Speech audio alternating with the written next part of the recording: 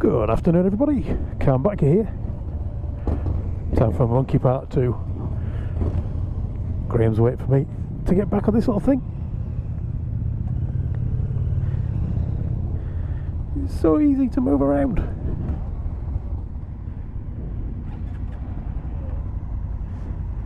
I'll follow you. Which way are we going?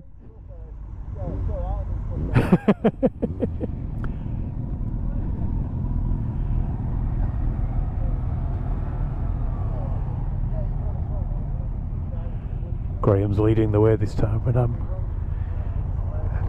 got to try and keep up.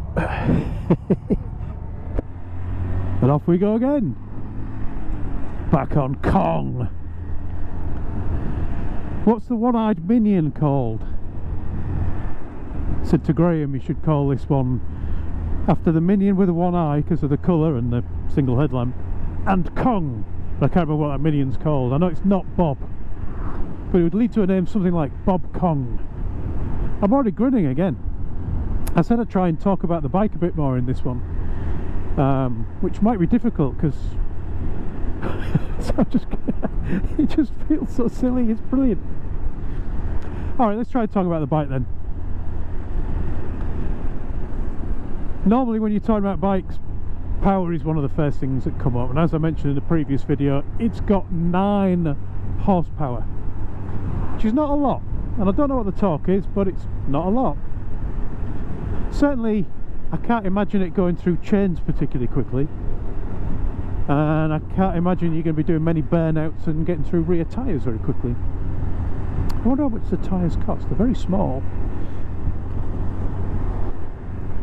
Is it enough? If we're trying to be serious now, I think it is.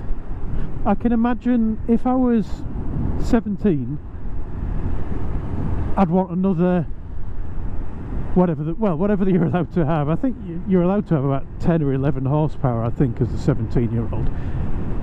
And I only say that the 17-year-old, not that I think this is aimed at 17-year-olds, but I think this is hilarious for anybody. But because, you know, it's a 125, and in this country that's the most you can ride at that age, so this would certainly be on your radar as a first bike. So I think I would imagine at that age I would have wanted a little bit more. I'd have wanted the maximum you could have. But that said, I had a 125 before I did my test. So after I did my CBT and before I did my test, which was only a couple of months later, I got myself a little 125 just to practice on. I've talked about that before. It's so stable. Just the tiniest touch for the bit of counter steer around that bend, and it just tracks so beautifully. It's got all of the Honda quality, even though it's in a tiny little package. Yeah, so at that age I probably wanted a little bit more, because, well, at that age I did. Enough to not want this bike though. Well, you see the little 125 I had, the YBR 125, little Yamaha, I don't think it was particularly quicker than this. With Mrs. C on, I remember we took it up the dual carriageway nearby, long straight road, flat, and we got to, I think it was 67 we got to on the YBR with the two of us up. Now that was 67 on the clock, which is all I can go by with this as well, really, isn't it? Probably wouldn't have been 67 really, it's probably more like, you know, 61, 62, maybe 63. This one on the flat seems quite happy at 55, which is a little bit slower. This is the 4-geared version though. The newer one has got 5 gears, so I would imagine the newer one probably cruises a little bit quicker. So speed wise, you know, it's not going to set the world on fire, but it's ample. I can see me being overtaken by this Mini that's behind me at some point. But I think there's actually more in this. I think just Graham's cruising is probably giving me a little bit giving me an easy job of keeping up. He could actually go a bit quicker, to be fair, because this is not struggling in the least. Even though we're going uphill, we're doing 45 and There's a lot more to give. I'm only at maybe a quarter throttle in 4th gear. In terms of the gearbox, the 4 gears, maybe it could do with a 5th, but I think actually 4 is fine. I would imagine if they gave it 5, you'd have a little bit more top end, but the gears would probably be too close together then. But maybe somebody who's got the brand new one can tell me that. Shall I overtake him for a laugh? Let's drop it down a cog and we'll have him. Just to prove that it can do it. Well, I won't have him here though. I think it certainly will be a planned exercise to overtake anything on this. It's not going to be one where you just think, yeah, I'll open the throttle a little bit and let it go. So yeah, it's ample in both regards, gearbox and engine. It's not about, I guess that's the thing, it's not about that, is it? You know, this isn't a bike for tearing up the roads. You know, it's not a bike for racing on. It's just a bike for having a laugh on, and if you don't get it, you'll never get it. But if you do get it, you won't be worried about an extra few miles per hour. In terms of actually riding the thing, steering is amazing. I've never felt a bike as responsive as this for steering. It's I used to have a little MX-5. I had a Nissan Micra as my first car, and I traded it in for an MX-5. And it's the difference between those two cars in steering is a bit similar to the difference between this and my bike in steering. My bike is a lot heavier. Here we go. My bike's a lot heavier. It's got a longer wheelbase, of course, and bigger tyres and fatter, wider tyres, so there's a lot more of it to try and turn, isn't there? And it's just great when you get on this. I'm scared of pressing the bar anything like I would on my Z, because I think I'd just get 90 degree of steering and fly over the handlebars. It's so good. I mean, it exudes quality. It really just, yeah, it feels so good, and that, I guess, takes me into the suspension and the seat as well. This could be the most comfortable I've been on a bike. I mean, my legs are a little bit more bent than they would be normally, and I can imagine after several hours on this I'd certainly want to be stretching my legs a bit. Probably the CB500X I had would be better for that. But if you're using this for going out for a day, you know, an hour of riding a cuppa, another hour riding a cuppa, this is as comfortable as you would ever want. It makes my Z, well, my Z does feel incredibly uncomfortable generally because it's such a hard suspension on it and such a hard seat. But yeah, it's plush. I can barely feel the bumps that I'm going over. I know they're here. I know they're here because I ride this road a lot, and I feel every tiny pebble that I go over. And I can feel that the bumps are there, but nothing is rattling my teeth and nothing's hurting my back. And the seat just, I can bounce up and down in the seat without barely compressing the suspension. There's so much comfort on this little bike. It's quite a big seat as well. I'm surprised it hasn't got pillion pegs, because you could easily fit 2 people on it. Though I suspect it might be asking a little bit much of the little motor. I don't actually know where I'm going, so I've got an eye on Graham in the mirror to see if he's going to come past and give me a guide on which way we're going. Otherwise I'm just going to keep riding. I could ride this thing all day. I could probably ride it for a very long time as well. I read that apparently it's supposed to get about 140 to the gallon, which is very impressive. I suspect in reality it'll be a little bit less than that, though some people report more. I guess it's about how you ride it. as it is with all of them. With mine it's got a little fuel gauge on, and I can see that if I'm taking it really easy, that fuel gauge goes up as high as 52, 53 to the gallon, and if I open the throttle up and have some fun, I see it drop as low as 9. Certainly the idea of 100 plus as a commuter, that's kind of ideal, isn't it? Or as a nice little run. There he is.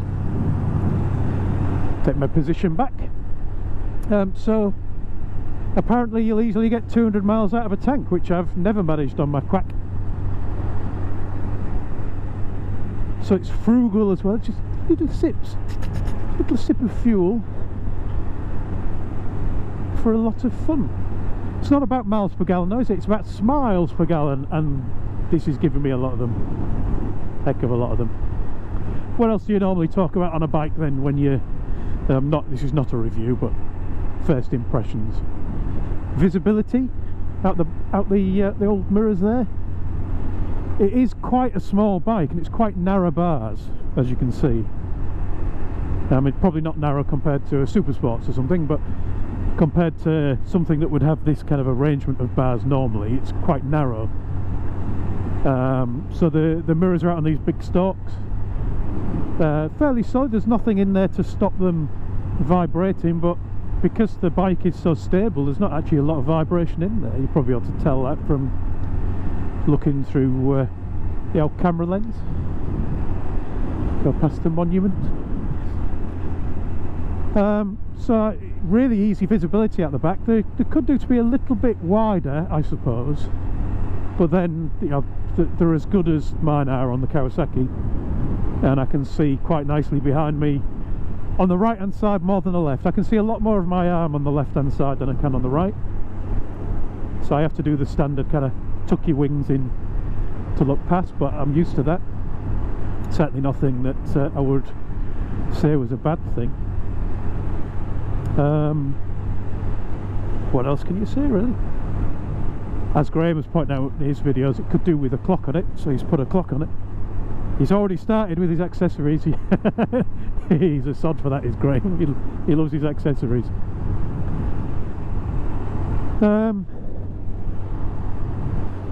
Yeah, there's nothing I can really say that is even slightly bad about it. It's just a lovely, lovely little thing.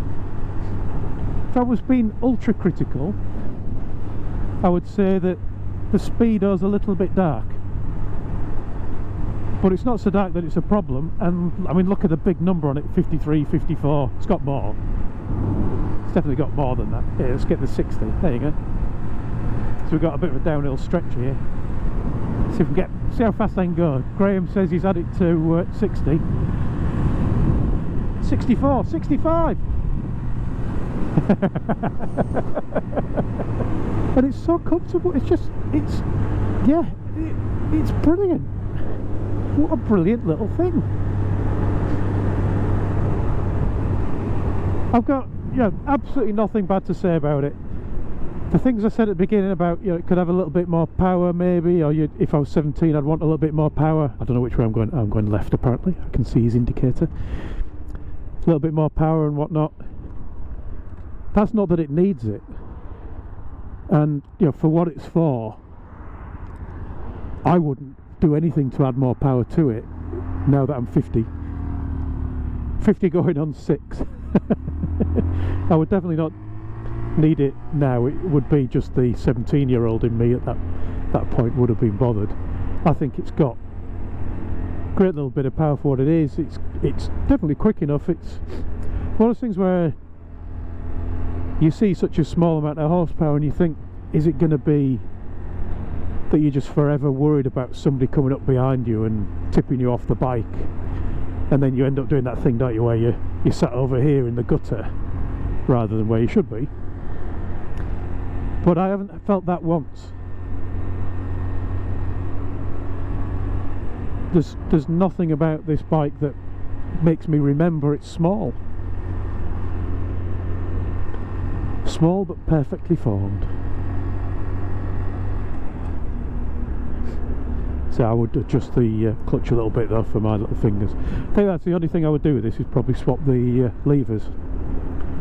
And that's not a criticism of the bike, that's a criticism of my stupid tiny hands. Every gear change is so beautifully crisp. Well, it's like for clutchless. Let's try clutchless. Beautifully crisp. I won't do a clutchless down. In terms of the design of the bike, the look of it, well, you've seen it at the beginning, probably in the last video as well if you've seen that one. I'll have to find that at some point. I'll have to pull over and have a better look at it so you can see it. But again, it does everything it needs to do. It's a lovely looking little thing, and again, it's going to be one of those that you either get it or you don't. There's nothing on it that stands out that would particularly divide opinion, I don't think, other than the size of the thing. I think it's just the function drives the form to a certain degree, and the size of the bike drives the form. But then I think that Honda have done a lovely job putting it together. The paint on it is very good quality. You see a lot of these with the little bikes and the 125s where you can see they've cut corners on things like the paint quality, but it all seems really solid. Solid paint doesn't sound right, does it? But it all seems really nicely put together, really high quality. Chrome on it's nice. There's no, I can't see a mark on this bike. I mean, it's only done 394 miles now, so it's not likely to be in bad shape, but it's quite a few years old. Which way are we going? We're going right. So it's been, well, I think it's been sat on a shelf is what it's been. It feels like it can't possibly have been used, because it's only got that, well, when Graham got it, I say about 275 apparently when he got it. Which is crazy really. Who buys a bike, keeps it for several years and only puts 275 miles on it? A car driver. That's about it, isn't it? Normally I would, if I got round the roundabout quick like that, I was a bit cheeky with that car, but you've got to keep your momentum on a bike like this. Normally I'd have to wait for Graham, but it's not really a problem at the minute. He's not finding it any trouble to catch me up. Yeah, not a review, just a few things that I would say about the bike. And yeah, as I say, I've got a lot of good things to say about it, nothing negative at all. I think this is a cracking buy, and he got it for a good price as well. I think I think he'll get a good few years of fun out of this. It's quite, you kind of lose yourself a little bit. It's it's such good fun, and it's so undemanding. It's not the type of bike that you're tipping into a corner too fast and having a panic on. Let's have a go with the brakes. Brakes pretty good at the front. Whee!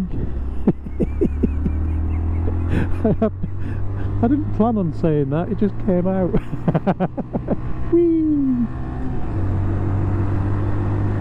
Yeah, brakes are pretty reasonable. There's not a lot to stop, is there? Superb. I'm going to sum it up by saying the same thing again in a way, but just one little sentence. If this type of bike appeals to you, if you get it and you're thinking of getting one or thinking of trying one, you really should. I can't imagine you're going to be disappointed. If you don't get it, probably still worth trying it just to see if it helps. But if you don't get it, you're probably never going to get it. So if you want a rip-roaring, fire-breathing, supercharged monster of a bike, it's not going to be for you. if you want a laugh and you're not too worried about getting the places that you're going as quickly as possible, if you want to sit in comfort, survey your surroundings, take in all of this lovely countryside, then this could well be the bike for you. But probably not this one, because I can't imagine Graham's going to give it up anytime soon. Anyway, thanks for watching. I'm going to be quiet and enjoy the rest of this ride now. So ride safe, and I'll talk to you all again soon.